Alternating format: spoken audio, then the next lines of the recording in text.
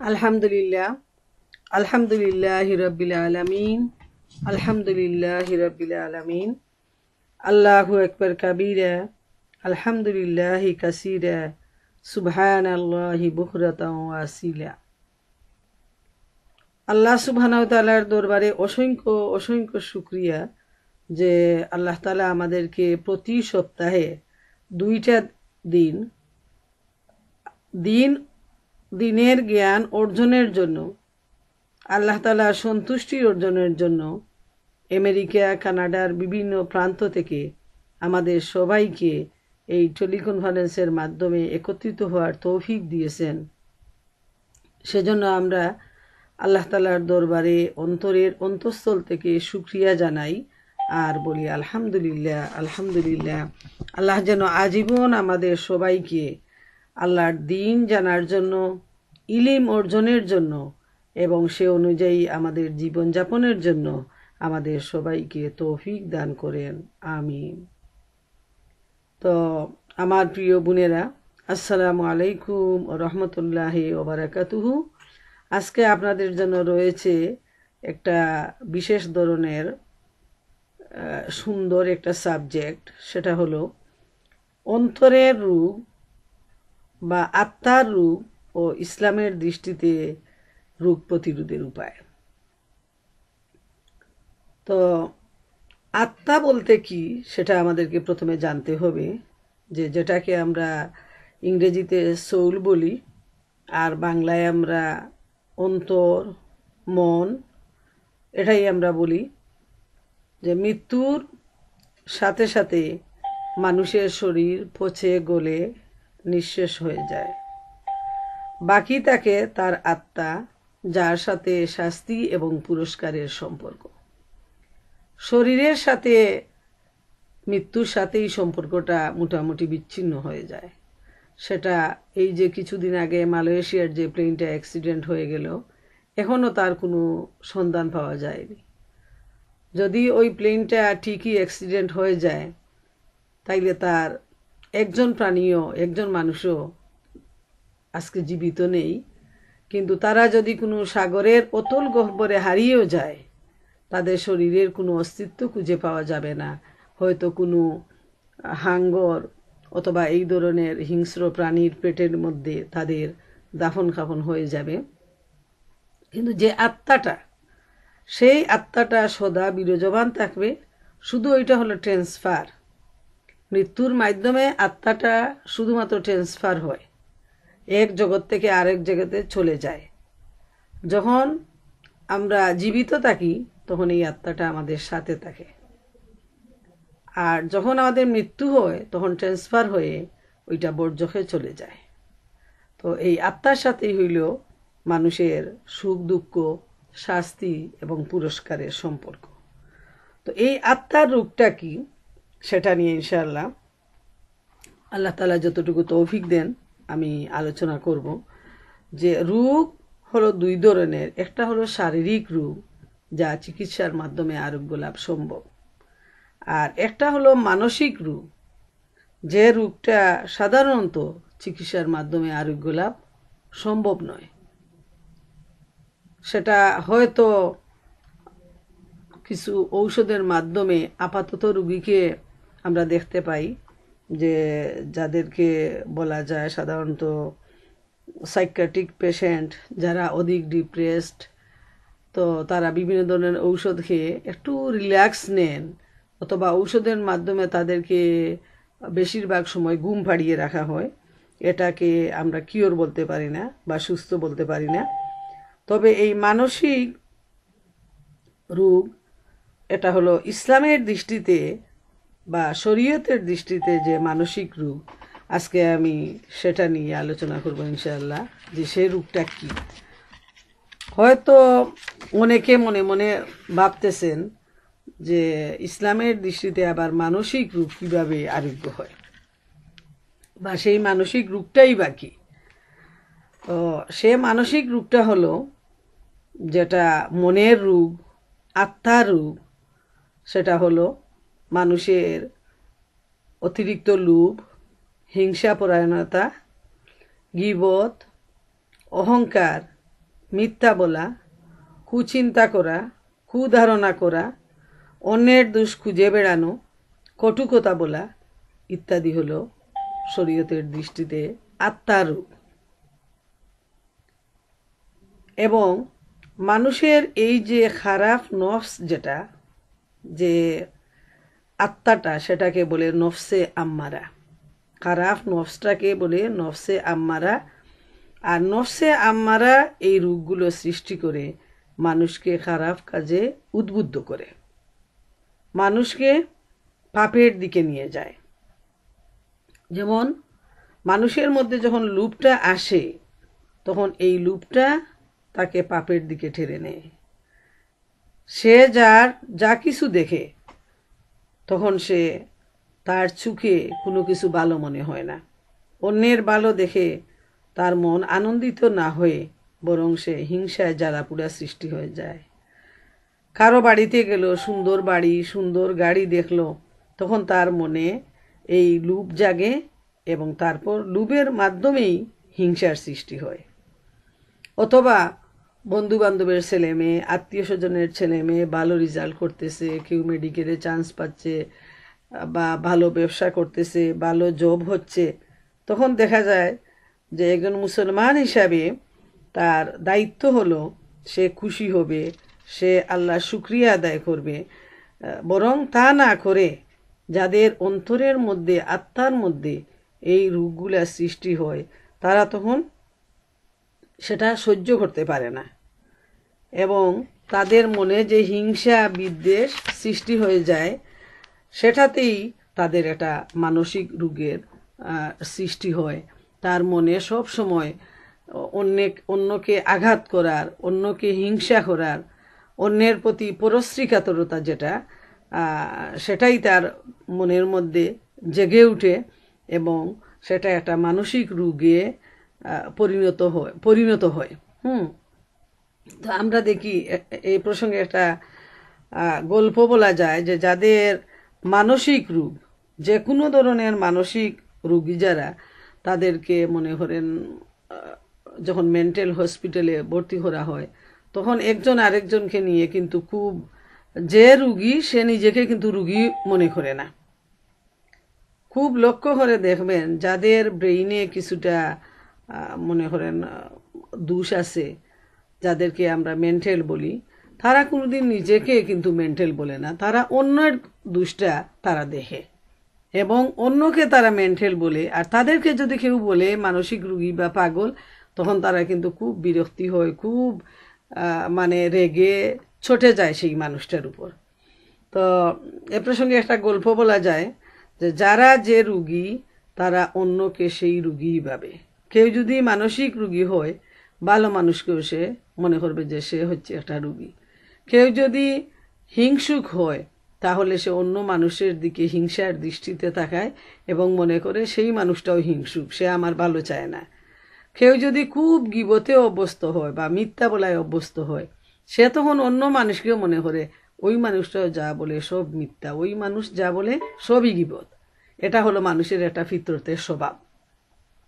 তো আমরা এ প্রসঙ্গে যে গল্পটা আমি বলতে চাই, খুব সুন্দর ছোট্ট একটা গল্প, যে ভারতে তখনকার সময়ের একটা প্রধানমন্ত্রী, তিনি তাদের মানসিক হসপিটাল ভিজিট করতে গেছেন।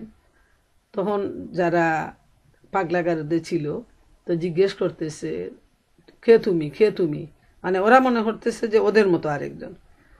তো উনি বলতেছে যে আমি তো ভারতের প্রধানমন্ত্রী, তোমাদেরকে ভিজিট করতে আসছি। তখন সেই পাগলগুলো বলতেছে ও বুঝছি, প্রথম সবাই এ ধরনের বলে, আসো আসো আমাদের সাথে আসো, আস্তে আস্তে সব ঠিক হয়ে যাবে।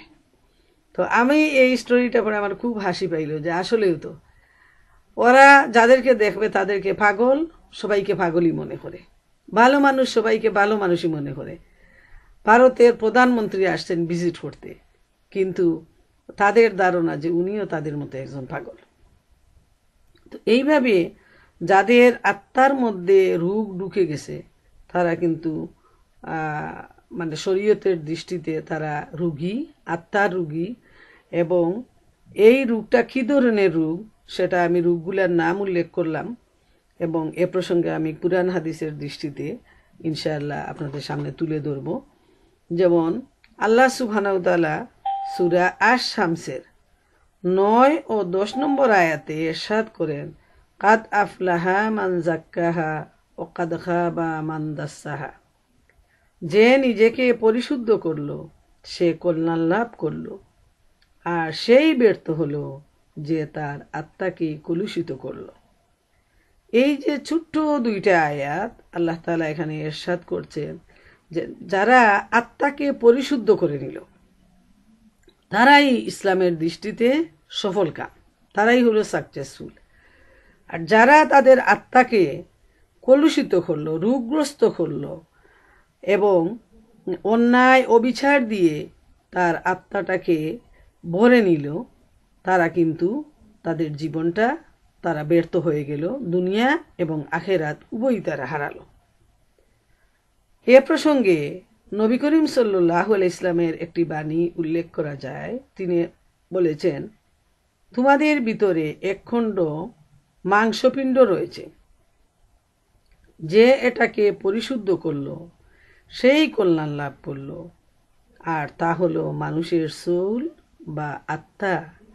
কি সুন্দর আল্লাহ রসুলের বাণী যে আমাদের প্রত্যেকের ভিতরে একটা মাংসখণ্ড রয়েছে এবং ওটা যদি সুন্দর হয়, ইসলামের দৃষ্টিতে মানুষ কালো হতে পারে, সাদা হতে পারে, শিক্ষিত হতে পারে, অশিক্ষিত হতে পারে, সম্পদশালী হতে পারে, গরিব হতে পারে, তা নিয়ে আল্লাহ তাআলার কোনো বিচার নেই, কোনো জবাবদিহিতা নেই, কোনো জিজ্ঞাসা নেই। মূল জিজ্ঞাসা হলো তুমি কে, তুমি কি করে আসছো।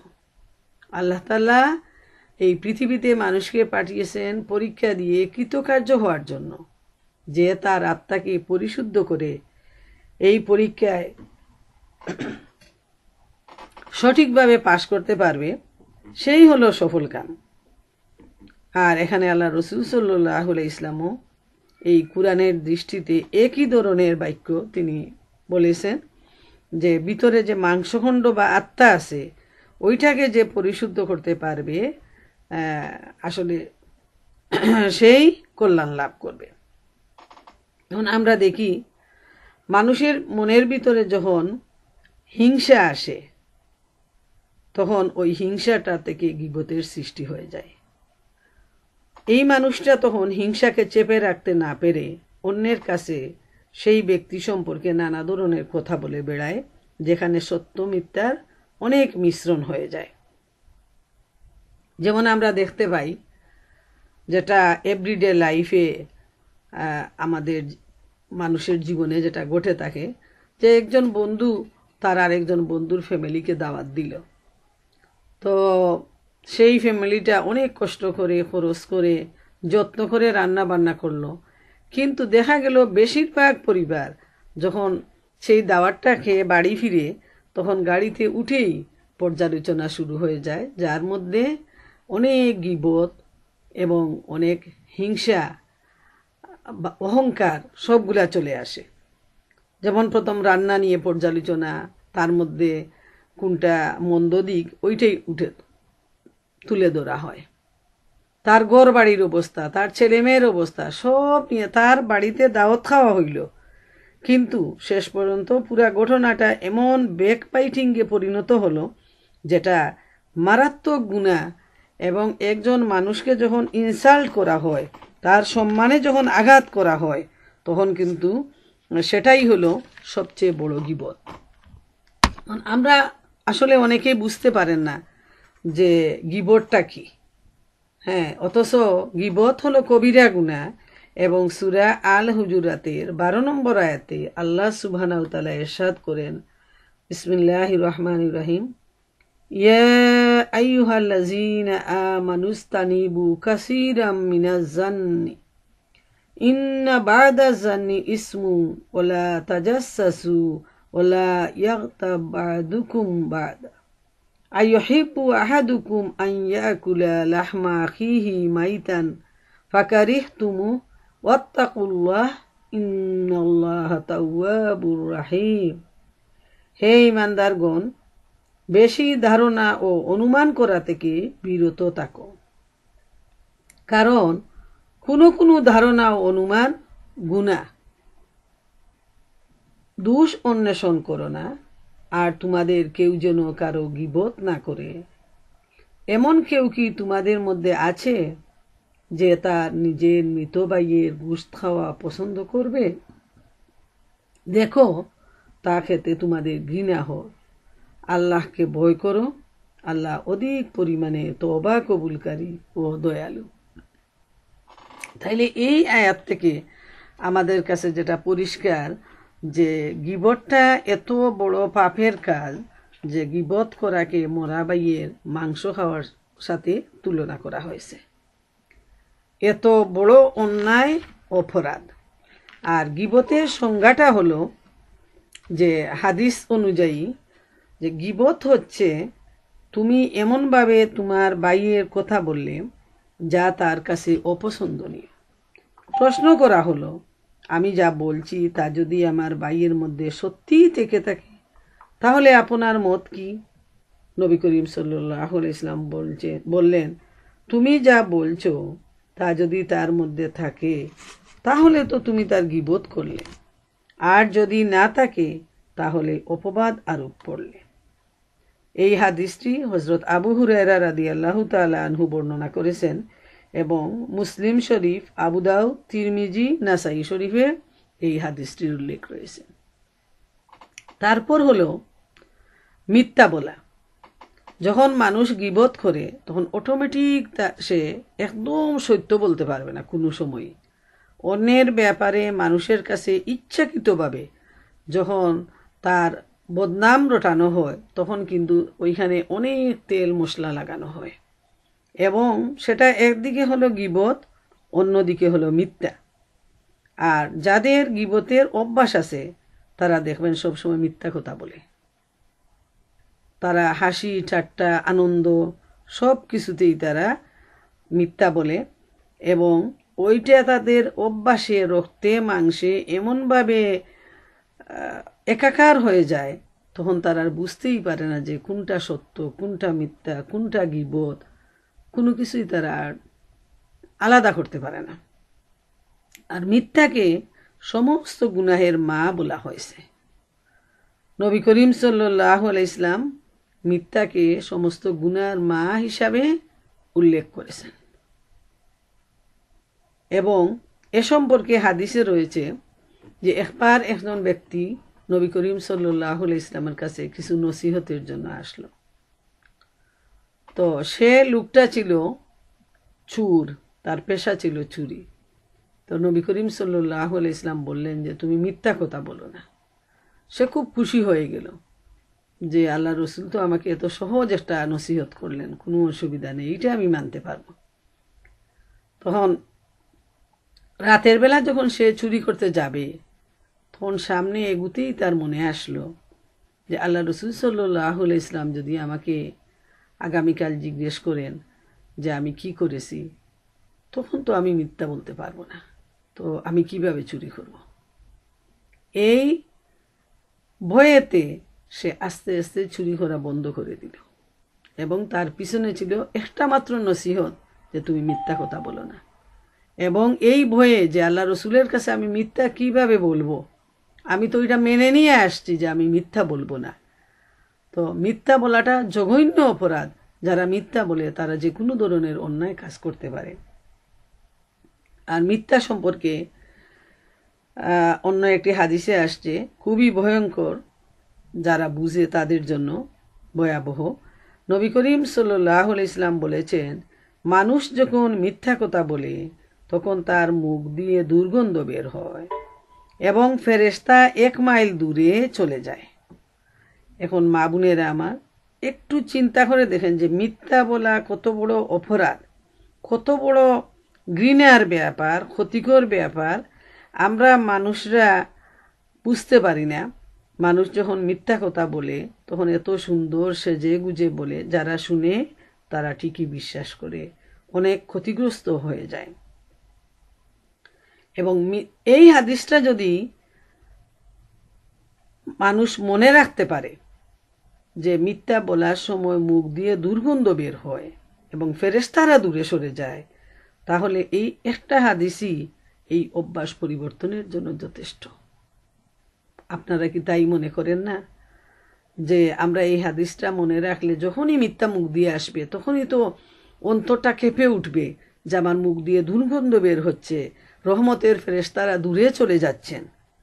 এখন তো মানে এই মানুষটা তখন অভিশপ্ত হয়ে যাবে, আল্লাহর অভিশপ্ত বান্দা হিসাবে সে পরিচিত হয়ে যাবে। অতএব মিথ্যা বলা যে কতটুকু ঘৃণার কাজ, কতটুকু অপরাধ, এখান থেকে আমরা পরিষ্কারভাবে বুঝতে পারি। আবু হুরায়রা রাদিয়াল্লাহু তাআলা আনহু হতে বর্ণিত আবু দাউদ শরীফের হাদিসে আসছে, নবী সাল্লাল্লাহু আলাইহি ওয়াসাল্লাম বলেছেন, হিংসা ও বিদ্বেষ থেকে নিজেকে বাঁচাও, কেননা আগুন যেভাবে কাঠকে জ্বালিয়ে ভস্ম করে, হিংসা সেইভাবে সৎ কাজগুলোকে জ্বালিয়ে ছারখার করে দেয়।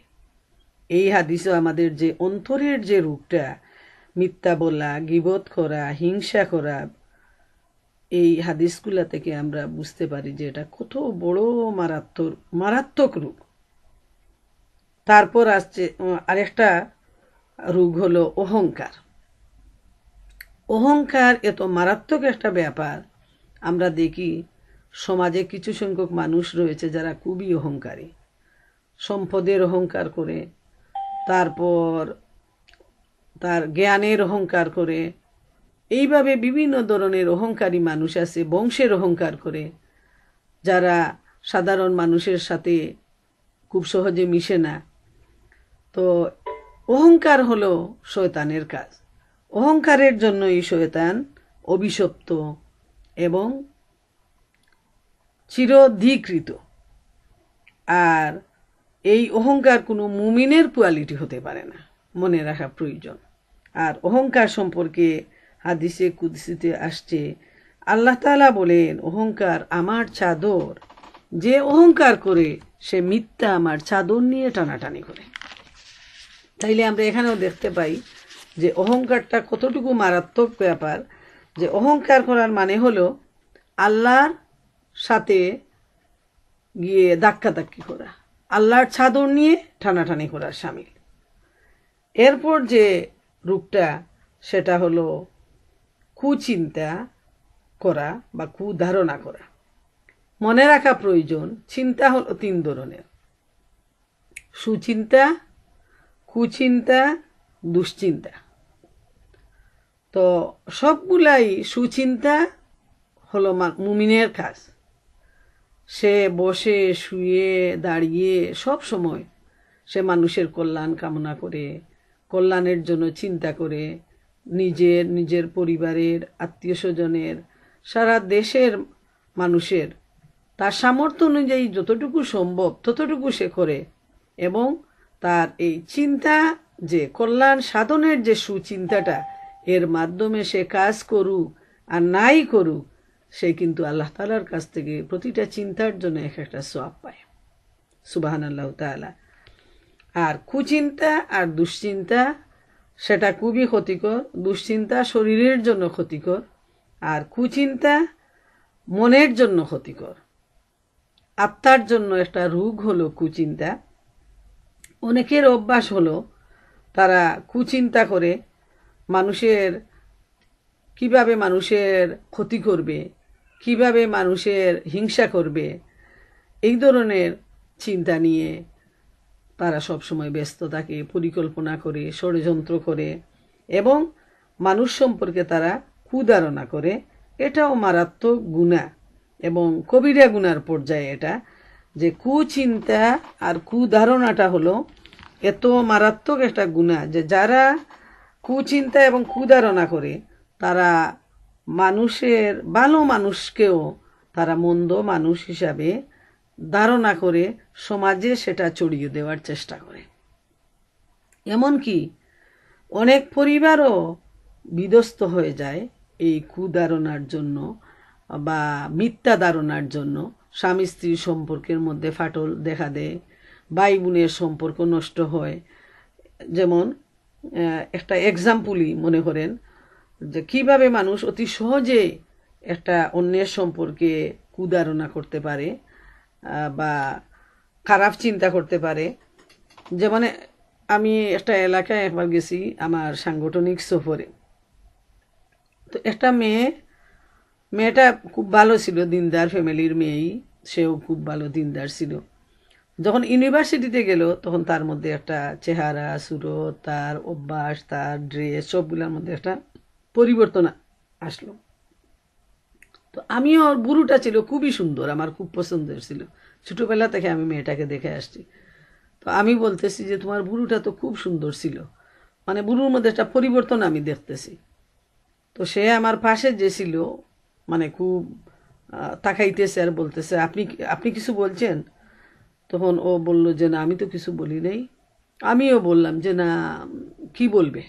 তখন সে বুঝতে পারলো যে না, আসলে ও কিছু বলে নাই, কিন্তু সাথে সাথে সে তার এলাকার ওই মহিলাকে চিন্তা করছে যে ওই মহিলা তার সম্পর্কে আমাকে কিছু বলছে। কিন্তু সেটা ছিল তার আদৌ একটা ধারণা বা কুধারণা আরেকজন সম্পর্কে, যে তার সম্পর্কে কিছু বলছে। কিন্তু সে তার বুড়োটা পুরা শেপ করেছে এবং বুড়োটা আঁকতে শুরু করছে তার ইচ্ছা মতো। পরবর্তীতে তার বিয়ের পর তার স্বামী আবার তাকে চেঞ্জ করতে গিয়ে তখন বুড়োটা নতুনভাবে উঠছে এবং খুব সহজেই তার বুড়োর মধ্যে যে পরিবর্তন সেটা আমার চোখে ধরা পড়ছে। এবং অন্য একজন কথা প্রসঙ্গে বলতে গিয়ে বলছে যে তার মধ্যে এই ধরনের পরিবর্তন আসছে, যেটা আমাদের জন্য খুবই কষ্টের, কারণ বুড়ো টুরু কেটে সবার চোখে সে তাক লাগিয়ে দিয়েছে। কিন্তু যে এ সম্পর্কে কোনো কথাও বলে নাই, সাথে সাথে সে তার সম্পর্কে একটা কুধারণা দিয়ে দিল, আরেকজনের গাড়ে সে একটা দুষ চাপিয়ে দিল। তো এজন্য আমাদের মনে রাখতে হবে যে যারা কুচিন্তা করে এবং কুধারণা করে তারা প্রথম নিজের উপরই বিপদ ডেকে আনে। যেমন আমাদের এলাকায় একজন মহিলা ছিল, তো উনার আত্মীয়রা আমাকে বলছে, মানে উনার পরিবারটা এমন একটা অবস্থায়, যে ভঙ্গুর অবস্থায়, তখন তারা আফসোস করে বলতেছে যে এত সুন্দর সংসার উনার, কিন্তু মহিলাটা তার স্বামী সম্পর্কে এত মানে কুধারণা করে। উনি যখন গড় থেকে বের হয় এবং গড়ে ফিরে আসে, তখন যতটুকু দেখা যায় সে শুধু তাকিয়ে থাকে যে ওই ভদ্রলোক কোনো মহিলার দিকে তাকাইতেছে কিনা, কথা বলতেছে কিনা, এবং ঘরে আসার পরই ওই কথা নিয়ে বাকবিতণ্ডা শুরু হয়ে যায়, কার সাথে কথা বলছো, তুমি কার দিকে তাকাইছো, একদম তার একটা ভ্রান্ত ধারণা। তো এটা একটা রোগে পরিণত হয়ে যায়, অভ্যাসটা শেষ পর্যন্ত রোগে পরিণত হয়ে যায়, এবং সেটা প্রথমে নিজের জন্য অকল্যাণ ডেকে আনে, তারপর তার সংসার, তার সন্তান এবং সমাজের মানুষের জন্য সে অকল্যাণের বার্তা বহন করে নিয়ে আসে। এবং সেজন্যই আল্লাহ সুবহানাহু ওয়া তাআলা সূরা হুজুরাতে ইমানদারদেরকে ডেকে বলছেন, হে ইমানদারগণ, বেশি ধারণা ও অনুমান করা থেকে বিরত থাকো, কারণ কোনো কোনো ধারণা ও অনুমান গুনাহ, আর দোষ অন্বেষণ করো না। যে মানুষের দোষ খুঁজে বেড়ানোর, সেটাও কিন্তু একটা মনের রোগ। এবং যারা দোষ খুঁজে বেড়ায় তারা কিন্তু নিজের দোষটা তারা কোনো দিন দেখে না। তারা এমন একটা অভ্যাস হয়ে যায় যে নিজের দিকে তাকানোর কোনো সময় থাকে না, তারা শুধু অন্যের দিকে তাকিয়ে অন্যের দোষটা খুঁজে বেড়ায়। সে কিভাবে কথা বললো, কিভাবে বুরকাটা পরলো, কিভাবে ড্রেস পরলো, এইভাবে সে অন্যের দোষ নিয়ে সে এমনভাবে বিচার বিশ্লেষণ করতে শুরু করে যে ওইটা কিছু সংখ্যক মানুষের এমন অভ্যাস যে ওরা যখন একসাথে হয় তখন তাদের আলোচনার বিষয় থাকে শুধু এই মিথ্যা বলা, পরচর্চা করা, অন্যের দোষ খুঁজা এবং ওগুলা প্রচার করে বেড়ানো।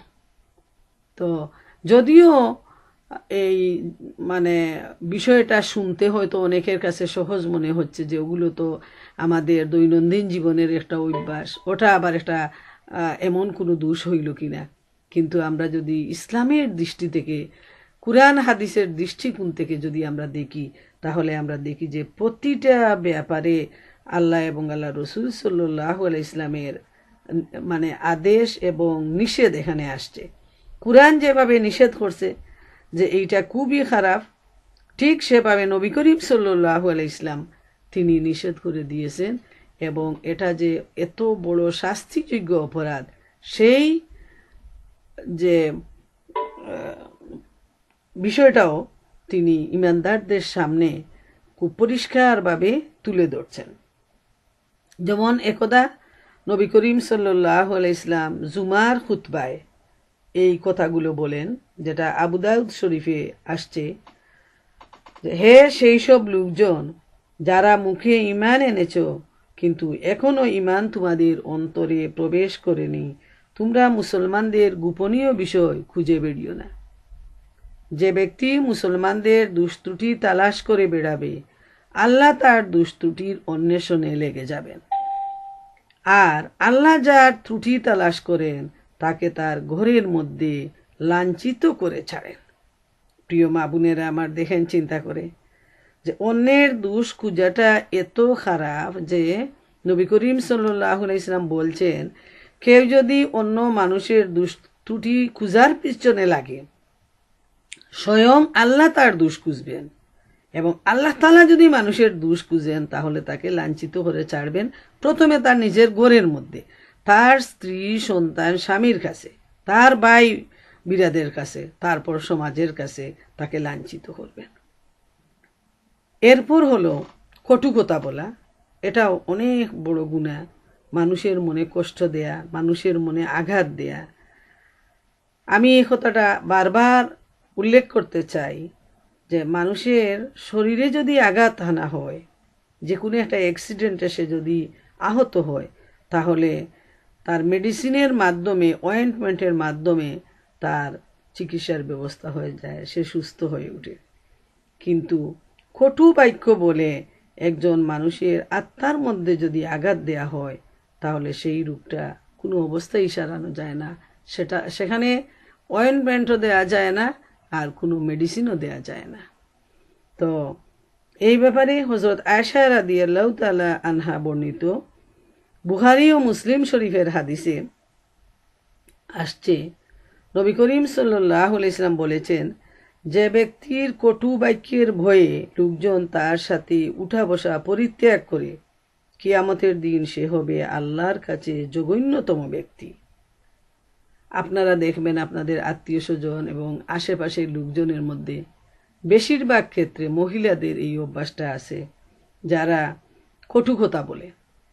যেমন এই হাদিসটা এখানে উল্লেখ করা যায় যে দুইজন মহিলার প্রসঙ্গে, যে একজন মহিলা 5 ওয়াক্ত নামাজ পড়ে, ফরজ ওয়াজিব আদায় করে, হালাল হারাম মেনে চলে, এবং সে তার সুন্দর আচরণ ব্যবহার দিয়ে তার প্রতিবেশীদেরকে খুশি রাখে। আর আরেকজন মহিলা ফরজ ওয়াজিব আদায়ের পর সে আরো অনেক বেশি নফল ইবাদত করে, কিন্তু তার কটু বাক্যের ভয়ে তার প্রতিবেশীরা তার সাথে অসন্তুষ্ট। আল্লাহ রসুল সাল্লাল্লাহু আলাইহি সাল্লাম বলেছেন, যার ব্যবহারে তার প্রতিবেশী সন্তুষ্ট সেই তো কল্যাণ লাভ করলো, আর যার ব্যবহারে তারা অসন্তুষ্ট সেই ধ্বংসপ্রাপ্ত হলো। তাইলে এই হাদিসটা আমরা যদি দেখি যে কিয়ামতের দিন আল্লাহ তাআলার কাছে সে হবে জঘন্যতম ব্যক্তি, এবং দুইটা হাদিসই যদি আমরা চোখের সামনে তুলে ধরি, যে কটু বাক্যটা খুবই জঘন্য, এবং সুন্দর বাক্য ব্যবহার করা, মানুষের সাথে সুন্দর আচরণ ব্যবহার করা, এতে কোনো টাকা পয়সার প্রয়োজন হয় না, এতে জ্ঞান অর্জনের প্রয়োজন লাগে না, স্কুল কলেজ ইউনিভার্সিটির ডিগ্রি নেওয়ার প্রয়োজন হয় না। শুধুমাত্র প্রয়োজন হলো নিজের স্বভাবকে পরিবর্তন করা। এবং যদি কোনো মানুষ চায় যে তার এই স্বভাবটাকে পরিবর্তন করবে, তাহলে তার দ্বারা এটা কোনো কঠিন কাজ নয়, এটা কোনো ক্যান্সার রোগ নয় যে 3rd পর্যায়ে 4th পর্যায়ে চলে গেছে, এখন আর এই রোগ সারবে না, মানুষটা নিশ্চিত তার মৃত্যু অবধারিত, সেটা না। বরং আমাদের যে চারিত্রিক দোষগুলো মানুষের মধ্যে, সেটা নিজের ইচ্ছা দিয়ে, চেষ্টা দিয়ে সেটাকে সারিয়ে তোলা সহজ এবং সম্ভব। অন্যের দোষ খুঁজার ব্যাপারে হযরত আয়েশা রাদিয়াল্লাহু আনহা হতে বর্ণিত একটি হাদিস উল্লেখ করা যায়। তিনি বলেছেন যে আমি রাসূলুল্লাহ সাল্লাল্লাহু আলাইহি সাল্লামকে সাফিয়ার ব্যাপারটি বললাম, যে উনার আর সতীন হলেন সাফিয়া, যে সে এরকম, অর্থাৎ বেটে। সাফিয়া রাদিয়াল্লাহু তাআলা আনহা ছিলেন বেটে, এবং তিনি সুন্দরী ছিলেন। তো এজন্য আয়েশা রাদিয়াল্লাহু তাআলা আনহা তার সম্পর্কে এই উক্তিটা করলেন। সাথে সাথে নবীজি বললেন, আয়েশা, তুমি এমন একটা নোংরা কথা উচ্চারণ করেছ যাকে সমুদ্রে মিশিয়ে দিলে গোটা সমুদ্রের পানিকে দূষিত করে ফেলবে। মেশকাত শরীফের হাদিস। তাইলে আমাদের চিন্তা করা প্রয়োজন যে এই ছোট্ট একটা কথা আল্লাহ রসুল সাল্লাল্লাহু আলাইহি ওয়াসাল্লাম যদি বলেন যে এর জন্য সমুদ্রের পানিও দূষিত হবে, এত ঘৃণিত এই কথাটাও, তাইলে সারাদিন মানুষরা যখন অন্যের ব্যাপারে অনেক বড় বড় কথা বলে, একদম মিথ্যা অপবাদ দেয়, যেটা সত্য আছে সেটাকে তো আরও সাজিয়ে গুজিয়ে বলে, আর যেটা নেই সেটাকেও বলে বেড়ায়, তখন তার সেই কথাটা কতটুকু দূষণীয় সেটা আল্লাহ রসুল সাল্লাল্লাহু আলাইহি ওয়াসাল্লাম যদি শুনতেন, তাইলে বলতেন যে পৃথিবীর যত নদী নালা সমুদ্র আছে এই মানুষদের কথায় সবগুলার পানি দূষিত হয়ে যাবে। সুবহানাল্লাহ। এখন আসুন আমার প্রিয় মা বোনেরা, এতক্ষণ আমরা কুরআন হাদিসের দৃষ্টিতে মানুষের যে মনের রোগগুলো আমরা আলোচনা করলাম যে এটা কতটুকু দূষণীয়, এ থেকে বাঁচার উপায়টা কি সেটা আমরা যদি একটু আলোচনা করি, তাহলে ইনশাআল্লাহ আমাদের মনে শান্তি আসবে এবং এই ঔষধের মাধ্যমে আমরা নিজেদেরকে সারিয়ে তুলতে পারবো ইনশাআল্লাহ তাআলা। আমরা কেউই 100% আমরা ভালো মানুষ নই। আমরা মানুষ, আমাদের মধ্যে অনেক অনেক দুষ্ত্রুটি রয়েছে। কোনোটা আমরা ইচ্ছায় করি, কোনোটা আমরা অনিচ্ছায় করি। ইচ্ছায় হোক আর অনিচ্ছায় হোক, আমাদের মনের মধ্যে আত্মার মধ্যে যে জং ধরেছে সেটাকে উঠানো এবং পরিষ্কার হয়ে পবিত্র হয়ে আল্লাহ রাব্বুল আলামিনের সামনে হাজির হওয়া অবশ্যই প্রয়োজন।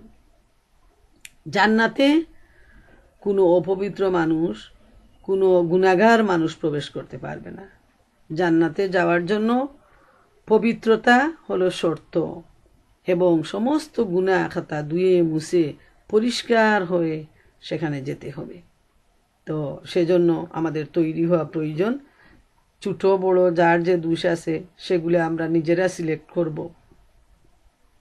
অন্য মানুষ যদি আমাদেরকে সেই দোষগুলা দেখায় দেয়, তখন সংশোধন হওয়ার পরিবর্তে সেখানে ঝগড়া ফসাদের সৃষ্টি হবে।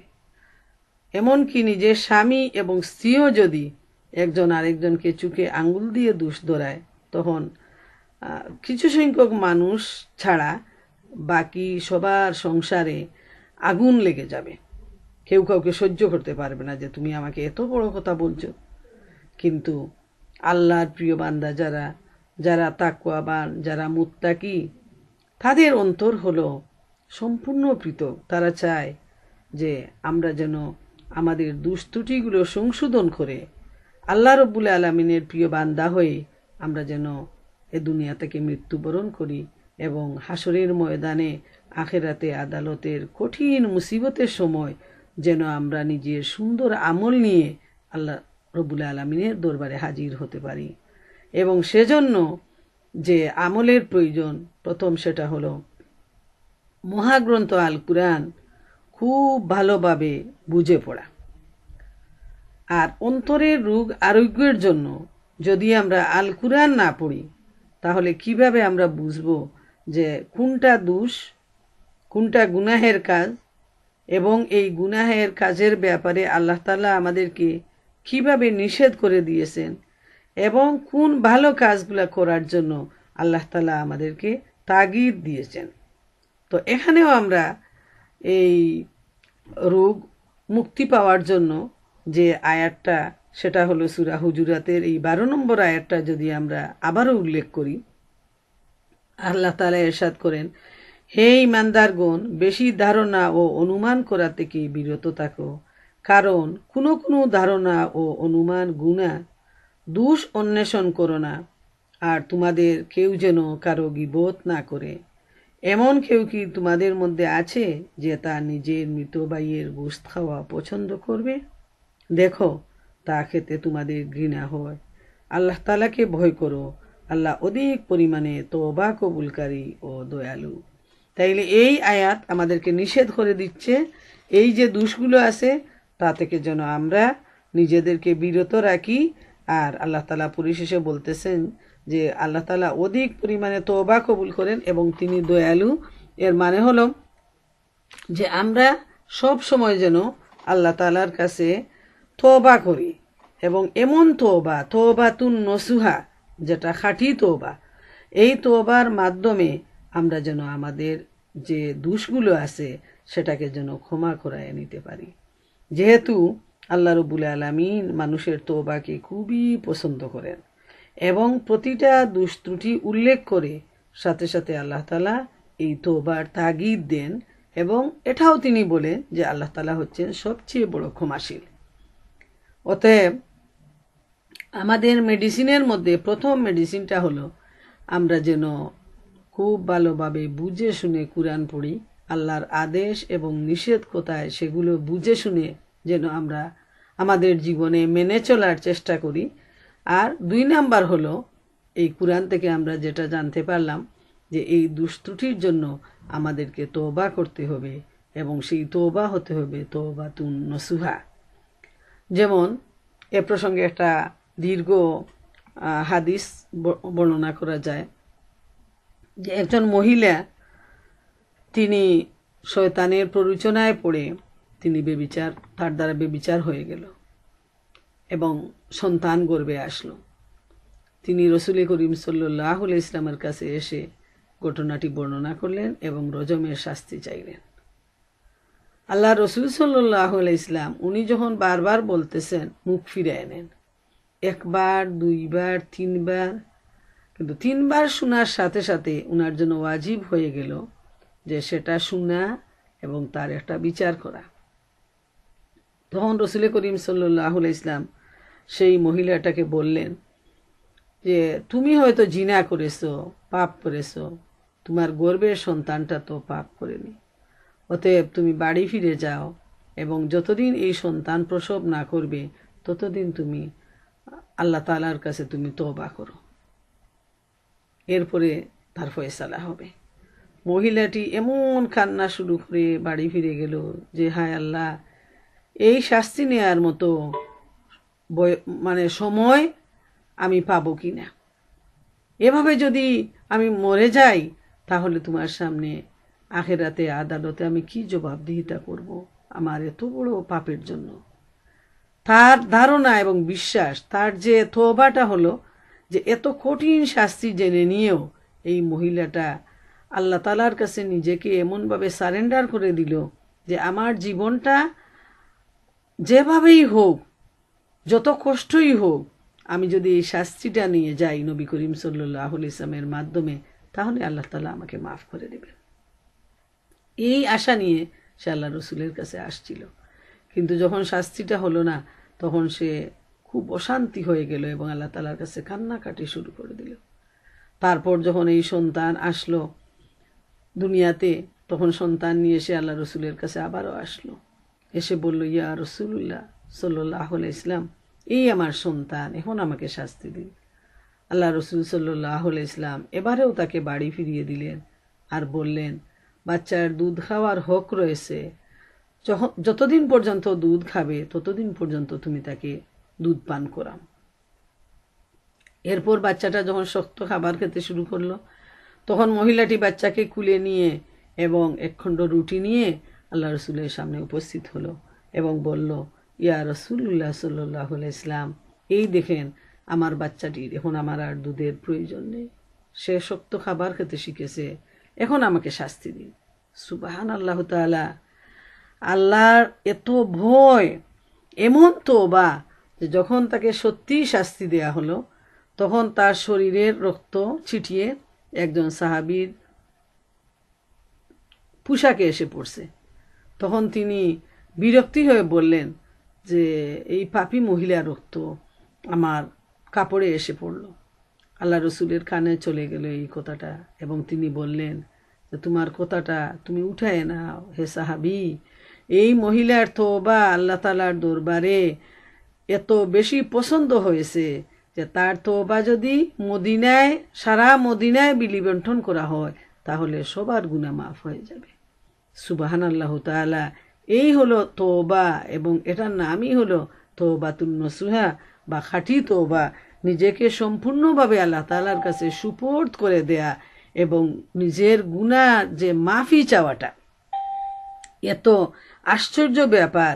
জেনে শুনে একজন মানুষ নিজেকে এইভাবে কষ্টের মধ্যে ঠেলে দিল, যে সেখানে অর্ধেক মাটিতে ডিপ করে মানুষটাকে পুঁতা হয়, আর উপরের অংশ উপরে রাখা হয়, এবং ডিল দিয়ে, পাথর দিয়ে তাকে এমনভাবে নিক্ষেপ করা হয় তার উপরে, যে এই আঘাতে আঘাতে তার জীবনলীলা সাঙ্গ হয়ে যায়, এবং মানুষের সামনে এটা দেখানো হয় যাতে সমাজ থেকে জিনা বেবিচার সরে যায়, এত কঠিন শাস্তি দেখে।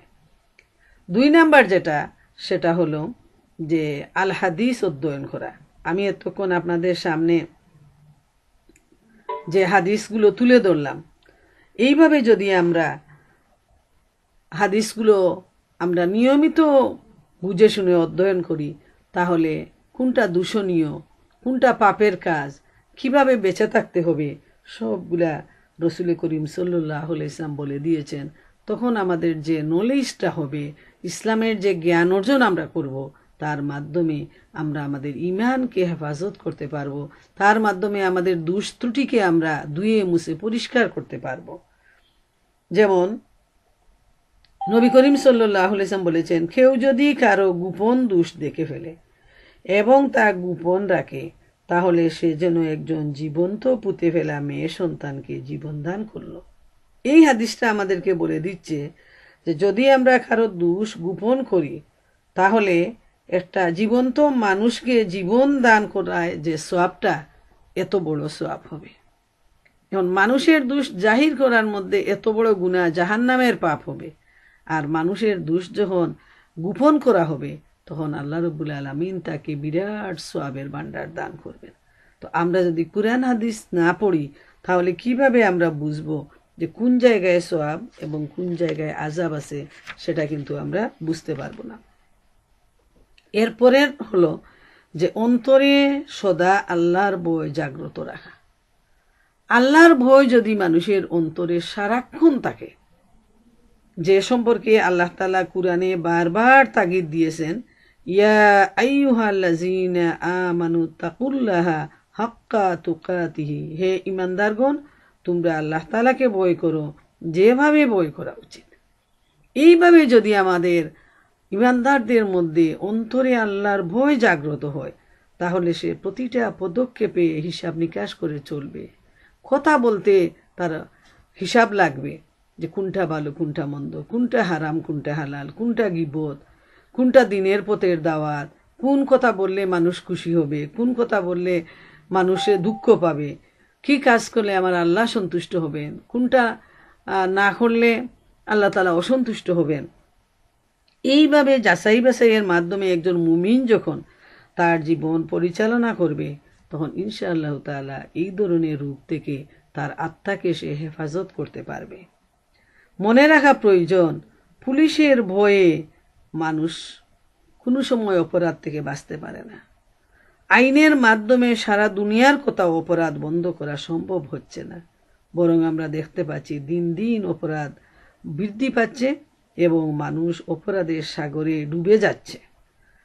বিশেষ করে যদি আমরা মুসলমান দেশগুলোর দিকে তাকাই, তাইলে আমরা দেখি কিভাবে ড্রাগ আসক্তি, কিভাবে জুয়া, কিভাবে বেবিচার, কিভাবে নারীবাজি, কিভাবে দর্শন, এই সমস্ত অন্যায় কাজ বর্তমানে এত বেশি সংগঠিত হচ্ছে মুসলমান পরিবারে, যেটা আমার দস্তুর মতো আমাদেরকে ভয় লাগে, গা শিহরিয়ে ওঠে যে কিভাবে মুসলমানদের এত অধঃপতন হচ্ছে।